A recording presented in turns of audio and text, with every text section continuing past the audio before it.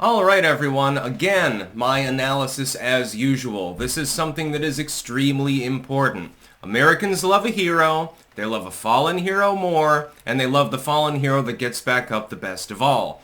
Donald Trump, the comeback kid. Interesting. That term has been bandied around a little bit lately. Some people were trying to tell me that they thought when Biden said he had the Voldemort disease, the disease that shall not be named on a YouTube video, that they were trying to make him a comeback kid. And they're going to try to say, well, his recovery from the Voldemort disease is equivalent to Trump getting part of his ear shot off, which was laughable. And a couple of days ago, I told everyone that's not really what they're doing. They're creating an exit ramp for Joe so he can retire with dignity, basically.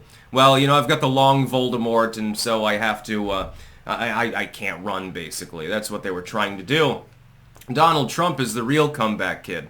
And it was entirely predictable. It's like the story of the United States itself with the War of 1812 or something like that.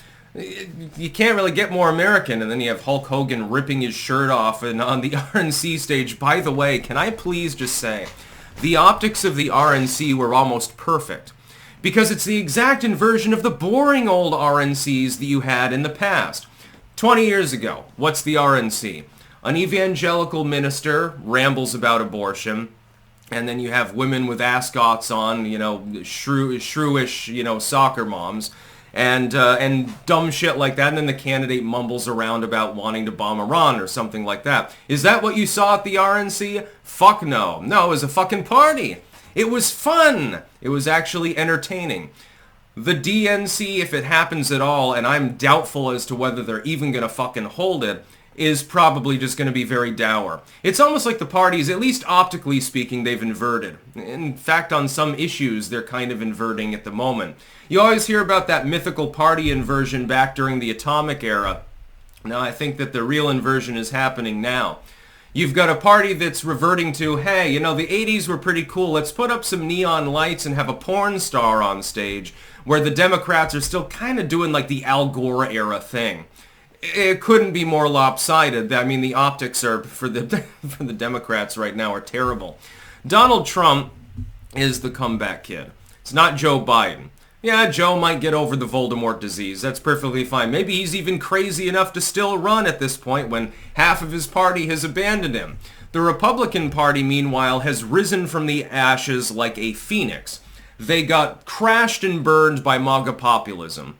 And now MAGA has emerged in a new form, with a nice bright flame, by the way. And it ain't going anywhere for at least a generation. This sort of change in politics happens every 20, 30 years or so.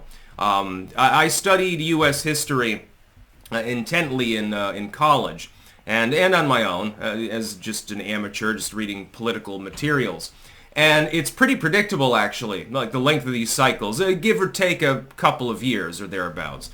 And Donald Trump is the symbol of the new Republican Party.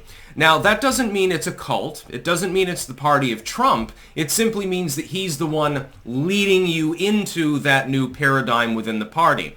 The Democrats did this with Bill Clinton, basically, and the Republicans sort of with Reagan prior. The Republicans ran with Reagan. Reagan was behind Jimmy Carter at first, by the way, but he ended up winning. And he established a sort of a new system, freezing certain growth in government and things like that, and being strong-arming the Soviets. It won. The ticket won. Now, Herbert Walker Bush would have easily won re-election if he hadn't been fucking inept. This is a tendency within the Bush family among males, by the way, you will notice.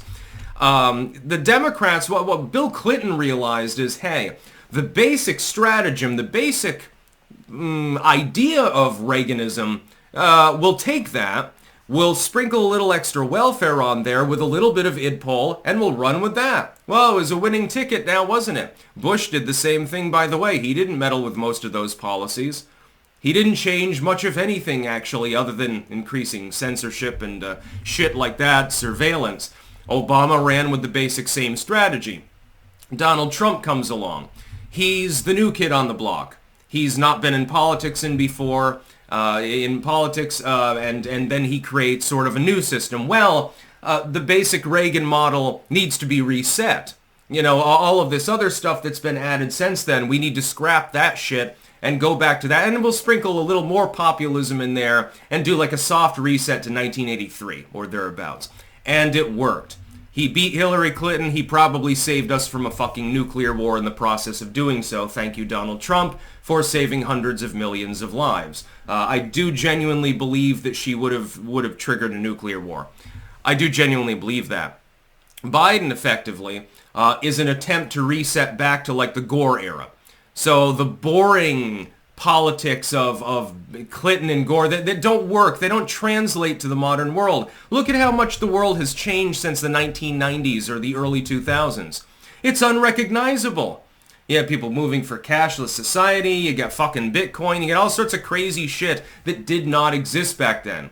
Microsoft is learning the hard way that sometimes a soft reset back to a prior stage is a good idea. Southwest Airlines reaping the rewards right now due to the global IT outage because they never updated their Windows beyond Windows 95 or something like that. And it's just goddamn fucking crazy. We'll be talking about that on the live stream later. Trump has been knocked to the ground through legalese, through persecution, through legacy media propaganda, everything under the sun. They've thrown everything that they have at him. They shot him full of arrows like he's fucking Boromir in Lord of the Rings. I mean, he's just fucking riddled. He looks like a fucking porcupine. Somehow, though, he found the strength to get back up. Yes, indeed, he is the ultimate American success story of this century. He is the comeback kid. It's like when our nation was almost on its knees. British invade, because some people decided to attack Canada, I guess, in the War of 1812. We were routed. The White House got burned to the ground. The troops that were left, they were marching off into the hinterlands, not knowing what the fuck they were going to do. We won anyway. That's just sort of an American story when you think about it. Donald Trump is, and I don't mean to be cultish when I say this, but he really is an American success story. He's almost archetypal. He's going to become a fucking folk hero. They're trying everything to defend against this happening, by the way. They don't want people to be inspired by him. Don't expect a Trump presidential library to be built anytime in the near future, for example. If it is built, Antifa will probably try to break in and burn it to the ground. That being said, in a lot of people's minds, he's going to become a goddamn folk hero. He's a bit of an outlaw. The fact is, this is the weird thing. A multi-billionaire who's been president of the United States is also like an outlaw figure. The only thing that I can compare him to is Andrew Jackson. That's the closest approximation. Jackson, classically educated, although he really, really loved his beer, and apparently trashed up pubs with his buddies on more than one occasion, had duels and crazy shit like that. How did he defend in the war? He drafted a bunch of former slaves and pirates and shit like that, and was a big cheese aficionado as well, which I can respect in a man. That's the only approximation. Andrew Jackson. Donald Trump might be his fucking reincarnation for all we know. It's the ultimate weird American story. Europeans, old worlders will never understand the way things work over here and the mentality of a bunch of brigands that decided to found a country. Because that's basically how we were founded.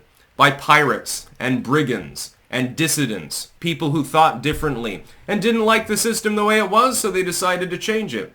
And Trump's not even offering that much change. When people say, well, he's an extremist, he's a fascist. No, he's not a fascist. He's not even extreme. This is a soft reset. This is our opportunity to reset our country just enough to defeat social alienation, restore our economy, and actually have a functioning system. This is not 1776 even, although it has trappings of it. This is more like 1983 or something like that with Morning in America again. So definitely I'll be, I think that you probably understand who I intend to vote for. By now it's probably a little bit clear. That's about all. Peace out.